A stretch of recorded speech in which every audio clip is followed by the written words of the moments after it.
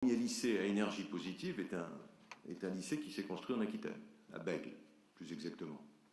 Que nous sommes en train de construire le deuxième lycée à énergie positive à Bergerac. Et que nous avons, en termes de baisse de consommation énergétique, en termes de baisse de consommation de l'eau potable aussi, des résultats plutôt positifs. On voit que la commande publique peut avoir un rôle intéressant. Politique publique ensuite, je parlais d'AREA, la politique à direction de l'agriculture, je parlais des territoires TEPOS, et vous en avez, j'y reviendrai, mais vous en avez parlé depuis le début de l'après-midi, je suppose. On peut évoquer aussi la politique de formation permanente ou la politique de formation tout court. Parce qu'il se trouve que si le monde de l'entreprise, le monde de l'artisanat, celles et ceux, et les PME notamment, qui concourent à la construction, à une construction nouvelle, plus respectueuse de l'environnement et dégageant moins de gaz à effet de serre, il faut une petite révolution dans le fonctionnement des artisans. Donc la région a engagé avec le monde de l'artisanat, le monde de l'entreprise, le monde des architectes aussi, des actions de formation qu'on va d'ailleurs continuer parce que rien n'est jamais acquis, d'autant que c'est une vraie formation qualifiante et que tous les produits qui sont utilisés pour lutter contre la diffusion de gaz à effet de serre par le logement, j'entends les produits de construction, ne sont pas forcément tous au point et que les méthodes d'installation ne sont pas forcément aussi tout au point. Autre initiative de politique publique, la création d'une part du CREAD, qui est un centre technologique qui est d'ailleurs installé entre les Landes et les Pyrénées-Atlantiques, et qui est né d'une discussion que j'ai eue un jour dans le lycée du bâtiment de Bayonne avec des entreprises, avec aussi une équipe espagnole, d'ingénierie espagnole, et qui nous a amené à créer une équipe d'ingénieurs capable à la fois d'avancer sur la mise au point de technologies, de matériaux qui correspondent à la transition énergétique. Le métier du bâtiment n'étant pas forcément... je ne parle plus de formation maintenant, mais je parle de choix de matériaux dont la fabrication jusque-là pouvait produire beaucoup de gaz à effet de serre, et ce qui nous permet à nous, Aquitains, de développer l'usage du bois, de faire monter le pain dans l'échelle de valeur, même si on voit bien qu'il y a des difficultés à utiliser le pain dans le bâtiment.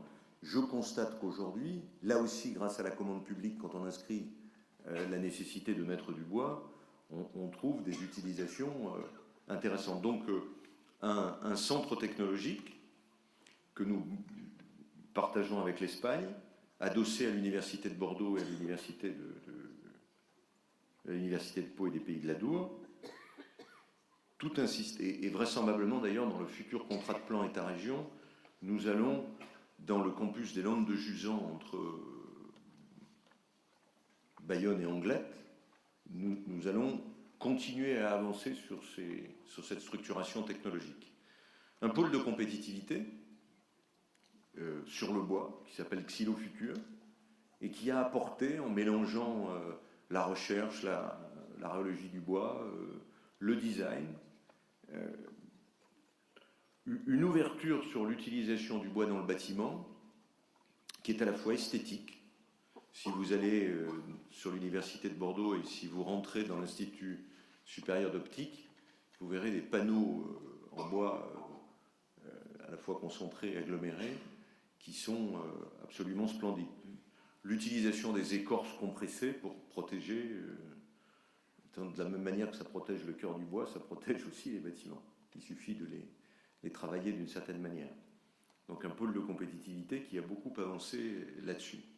Et puis enfin, un dernier projet que nous avons initié, que le Conseil régional a initié, qui s'est développé avec les entreprises et qui est aujourd'hui développé à l'échelle nationale, qui s'appelle INEF 4, qui correspond à, vous savez, ces projets d'économie d'énergie que le grand emprunt avait lancé, que nous avons eu un peu de mal à fédérer ou à regrouper, mais qui aujourd'hui nous assoit sur beaucoup de crédibilité dans ce domaine-là. Sur les énergies alternatives ou les énergies renouvelables, on a aujourd'hui en méthanisation plus de 63 projets, l'équivalent de 200 millions d'euros d'investissement, avec un vrai problème, puisqu'en France, il faut 5 ans de procédure, en Allemagne, il faut 1 an de procédure pour faire un méthaniseur. Le soutien à des filières émergentes qu'il est important de rappeler ici, parce qu'on ne peut pas développer les énergies renouvelables si on ne développe pas le stockage de ces énergies, puisqu'elles sont aléatoires. Donc je viens de signer, il y a 6 mois de ça, un contrat avec Hydro-Québec, qui a une technologie de rupture assez impressionnante sur les batteries. Et Hydro-Québec va s'installer, d'abord avec un laboratoire de recherche qui sera en réseau avec Bordeaux et Pau, et qui sera ensuite en partenariat avec Total, avec Arkema, avec Schneider, avec d'autres entreprises. Et nous avons un projet de 500 emplois sur le bassin de Lac autour de la fabrication des batteries du futur. La géothermie profonde, là on est en train de se bagarrer sur un projet, une technologie dite Fonroche. Fonroche est une entreprise qui est en Lot-et-Garonne, et qui développe une technologie beaucoup moins agressive avec une seule conduite pour l'ensemble de la géothermie. Bien entendu, les énergies marines, et j'aurai l'occasion dans quelques semaines ou peut-être 2 mois de présenter un grand projet sur l'océan. Voilà, je le disais tout à l'heure, sur la formation professionnelle et l'apprentissage, on s'adosse beaucoup au lycée Haroun Tazieff de Saint-Paul-les-Dax et au lycée Chardeuil. Le territoire TEPOS, pour nous, c'est quoi? C'est d'abord la mobilisation des acteurs locaux, bien sûr, qui reprend une vieille idée que les communes avaient mis en place pour baisser la consommation énergétique lors de l'éclairage urbain. Les maires qui sont ici doivent s'en rappeler. Et pour essayer de réfléchir globalement aux opérations de réduction de la consommation énergétique et à l'émergence et l'accompagnement d'énergies renouvelables. Je ne vais pas là-dedans rentrer dans le détail. Ce qui est gratifiant d'une certaine mesure pour l'Aquitaine, c'est que beaucoup de territoires, beaucoup de communautés de communes se sont lancées ici. 7 territoires ont été retenus et de nombreux projets sont en cours. Celui de la communauté de communes de Mimizan, avec une chaufferie bois à Pontinx, la récupération de chaleur sur l'incinérateur de Pontinx-les-Forges pour alimenter 10 hectares de ferme, la communauté de communes de la Haute-Lande avec la construction d'un bâtiment à énergie positive, siège de la communauté de communes de la Haute-Lande, la création d'une unité de granulation avec l'entreprise Archimbaud qui va produire des emplois, parce que tout ça, l'avantage du TEPOS, c'est que ça produit de l'emploi. Bourse ou Gironde avec l'étude de faisabilité d'une zone de développement hydrolien. Le CIFEM s'est mieux exprimé par son responsable que moi. Et la communauté de communes des Landes d'Armagnac avec une chaufferie bois industrielle avec Aqualand et Soal. Bref, un certain nombre de projets qui ne couvrent pas toute l'ambition et toutes les initiatives qui ont été prises, mais la volonté de la région de bien jouer son rôle d'animateur et de chef de file, puisqu'on finance un poste d'animateur, on finance les investissements en aval, et de faire de l'Aquitaine une terre d'expérimentation de cette transition énergétique, à la fois dans la diminution de la consommation et dans la production d'énergie renouvelable. La cerise sur le gâteau, d'une certaine manière, que nous avons mise en place, c'est une étude portée pilotée par un climatologue du GIEC, qui a réuni entre 120 et 140 chercheurs de notre région, spécialistes de l'eau, spécialistes de la paléoclimatologie, spécialistes du bois, spécialistes de la viticulture, Hervé Le Trotte, mais vous avez juste pour certains cette étude. Nous avons souhaité faire une analyse systémique sur le réchauffement climatique dans une région. Alors c'est vrai que ça peut paraître un peu particulier, les courants marins ne connaissent pas de frontières, les vents ne connaissent pas de frontières, le réchauffement climatique ne connaît pas de frontières, l'augmentation du niveau de l'eau ne connaît pas de frontières non plus. Mais il nous a semblé important, à la fois pour des raisons sociales, économiques et culturelles ou politiques, d'analyser cela de telle sorte que nous puissions, à partir de ce document qui est exhaustif, se dire quelle politique urbaine faisons-nous. Et on a encore des choses à apprendre. Comment aménageons-nous la ville demain? Quel type de cépage allons-nous planter demain? Quelle sylviculture? Quelle agriculture? Est-ce que le réchauffement climatique va nous apporter la multiplication des tempêtes que nous avons connues au début de l'année et qui ont détruit, notamment dans le nord de l'Aquitaine, beaucoup de plages? Je recevais d'ailleurs lundi soir une des 12 personnalités reconnues par le président des États-Unis d'Amérique et qui a travaillé en Floride sur les conséquences du réchauffement climatique. Donc nous essayons aussi d'échanger cela. Et ce travail initié par Hervé Le Trotte, nous allons le poursuivre. Pourquoi je parle de qu'est-ce qui se passe dans les villes? Tout simplement parce que si demain, comme le prévoit le rapport, comme le prédit le rapport, nous avons une température, la température de Séville, l'aménagement des grandes villes, je pense à Bordeaux notamment, ne peut pas se faire autour du minéral. Il doit intégrer beaucoup de végétal. Et nous devons nous engager aussi dans une forme d'économie circulaire. Qu'est-ce qui se passe sur l'eau? Imaginons, ou regardons plutôt, le gaspillage d'eau qu'avec les eaux usées nous produisons aujourd'hui. Il faut que nous mettions au point de nouvelles technologies pour traiter l'eau de telle sorte qu'on puisse la réutiliser.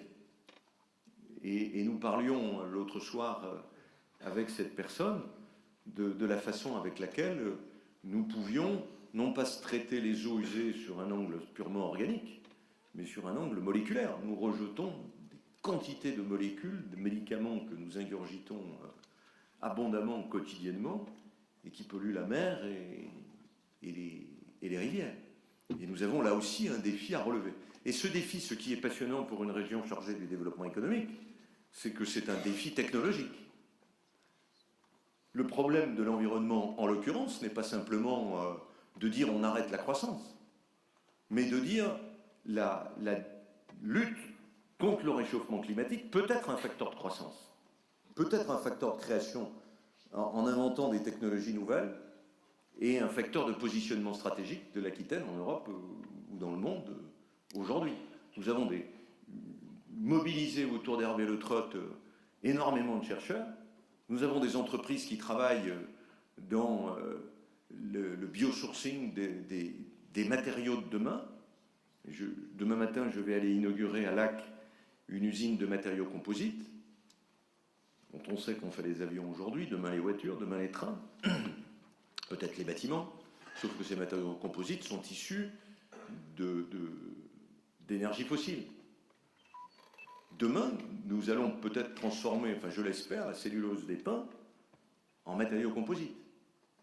Nous sommes en discussion avec Michelin pour que la matière première des pneus ne soit pas simplement un résidu du cracking du pétrole, mais ce soit aussi la cellulose ou les fibres des pins. Donc on est engagé résolument dans une aventure qui va effectivement bouleverser, et si nous n'y sommes pas prêts, nous allons couler. Donc, le débat que nous avons aujourd'hui sur le redressement productif en France passe par là. Si nous ne nous engageons pas résolument sur les technologies nouvelles permettant de biosourcer les produits et les matières qui nous environnent, de mieux utiliser le bois, eh bien quelque part, nous nous ferons coincer par des technologies qui naîtront aux États-Unis, qui naîtront en Asie, qui naîtront en Angleterre ou en Allemagne. C'est pour ça que la région Aquitaine parie d'une manière aussi forte sur la recherche, sur la technologie, et que nous essayons de ne pas avoir de contradiction entre une stratégie de transition énergétique et une stratégie technologique et industrielle. Merci.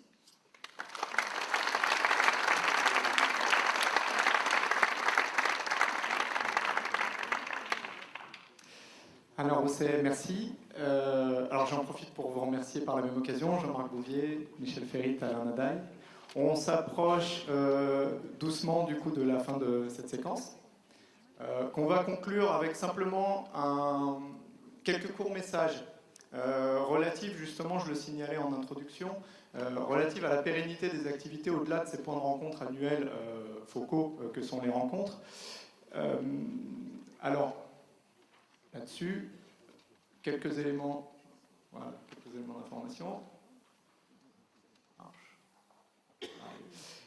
Suite à quoi je passerai directement les clés à Stéphanie Barby, directrice de la communauté de communes de Mimizan, pour des aspects très pratiques. Donc comme je le titrais, après les rencontres, la vie continue, et elle peut continuer aussi sur le fond du travail qu'on initie aujourd'hui.